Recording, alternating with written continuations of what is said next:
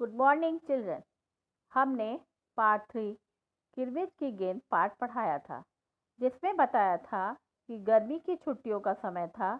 दिनेश अपने घर में बैठा कहानी पढ़ रहा था। तभी दिनेश को घर के पीछे पत्तों के बीच से होते हुए एक बड़ी जोर की आवाज़ आई। वह समझ गया था ये कैसी आवाज़ है और वह बगीचे की तरफ भागा। उसे वहाँ एक चमचमाती गेंद मिली। तभी उसकी माँ उसे अंदर बुला ली। उसने सुधीर, अनिल, अरविंद, आनंद, दीपक सभी के नाम मन में लिए। उसने सोचा कि शाम के वक्त यह गेंद लेकर जाऊंगा और उनसे पूछ लूंगा कि यह किसी की है तो नहीं। लेकिन जब वह मित्रों को बताया तब अनिल ने कहा, 5 महीने पहले मेरी खोई थी। सुधीर ने भी उस पर अपना हक जताया। जब दीपक आया, वह भी गेंद के लिए जिद करने लगा। सभी कुछ न कुछ गेंद देखकर निशानी बताने के लिए उत्सुक थे। गेंद हथियाने के लिए दीपक, सुधीर और सुनील का सहारा ले रहा था, लेकिन दिनेश ने ठान लिया कि वह बिना सबूत के गेंद नहीं देगा। अब इसके आगे हम पढ़ाएंगे। गेंद आ गई। दीपक उसे देखते ही बोला, यह मेरी है, यह है मेरी गेंद। यह लाल रंग का निशान मेरी ही गेंद पर था।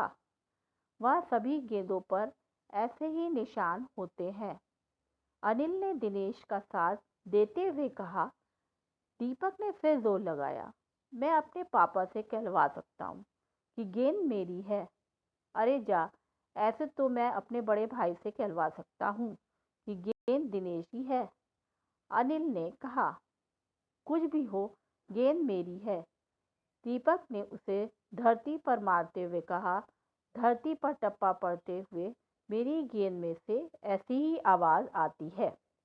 मतलब गेंद देखते ही दीपक ने लाल रंग का निशान दिखाकर कहा, यह गेंद मेरी है। अनिल और दिनेश ने कहा, सभी गेंदों पर ऐसा ही निशान होता है। दीपक ने फिर कहा, मैं अपने पापा से कहलवा सकता हूँ। अनिल ने कहा, ऐसे तो हम भी अपने भाई से कहलवा सकते हैं।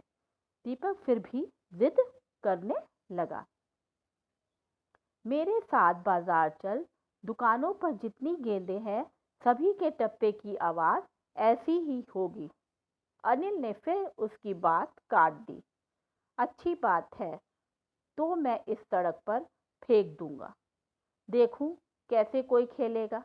दीपक ने जैसे ही गेंद को सड़क पर फेंकने के लिए हाथ उठाया कि अनिल और दिनेश ने उसे पकड़ लिया।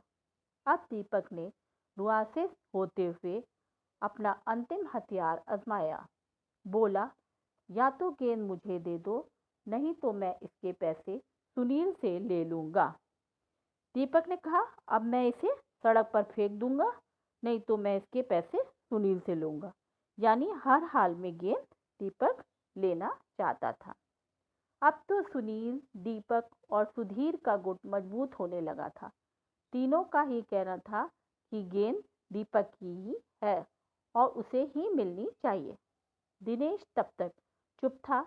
वास्तव में दिनेश का मन उस समय सबके साथ मिलकर उस गेंद से खेलने को कर रहा था। बोला, अब चुप भी रहो, झगड़ा बाद में कर लेंगे। अपने अपने बल्ले ले आओ, पहले खेल लें।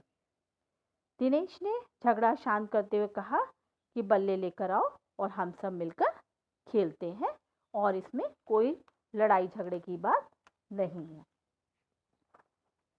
5 मिनट के भीतर ही खेल आरंभ हो गया। दिनेश बल्लेबाजी कर रहा था। अभी 2-4 बार ही खेला था कि वह चमकदार नई गेंद एकदम जोर से उछली और दरवाजा पार कर सड़क पर जाते हुए एक स्कूटर में बनी सामान रखने की जालीदार टोकरी में जा गिरी। स्कूटर वाले को शायद पता भी नहीं चला। तेजी से चलते हुए स्कूटर के साथ गेंद भी चली गई। अभी 5 ही मिनट हुए थे कि गेंद उछली और स्कूटर की जालीदार टोकरी से जा गिरी और स्कूटर के साथ गेंद भी चली गई। बच्चे पहले तो चिल्लाते हुए स्कूटर के पीछे भागे, पर जल्दी ही सब रुक गए। वे समझ गए थे कि स्कूटर के पीछे भागना बेकार है। एक पल के लिए सभी ने एक दूसरे की ओर देखा और फिर सभी ठहाका मारकर हंस पड़े। बच्चे स्कूटर के पीछे भागे बॉल लेने के लिए, गेंद लेने के लिए, लेकिन वे सभी वहीं रुक गए क्योंकि वो जानते थे स्कूटर बहुत तेजी से निकल जाएगी, और वह हंसने लगे। इस पाठ में आए कठिन शब्द को और शब्द अर्थ को तथा पाठ को अवश्य पढ़िएगा। Thank you.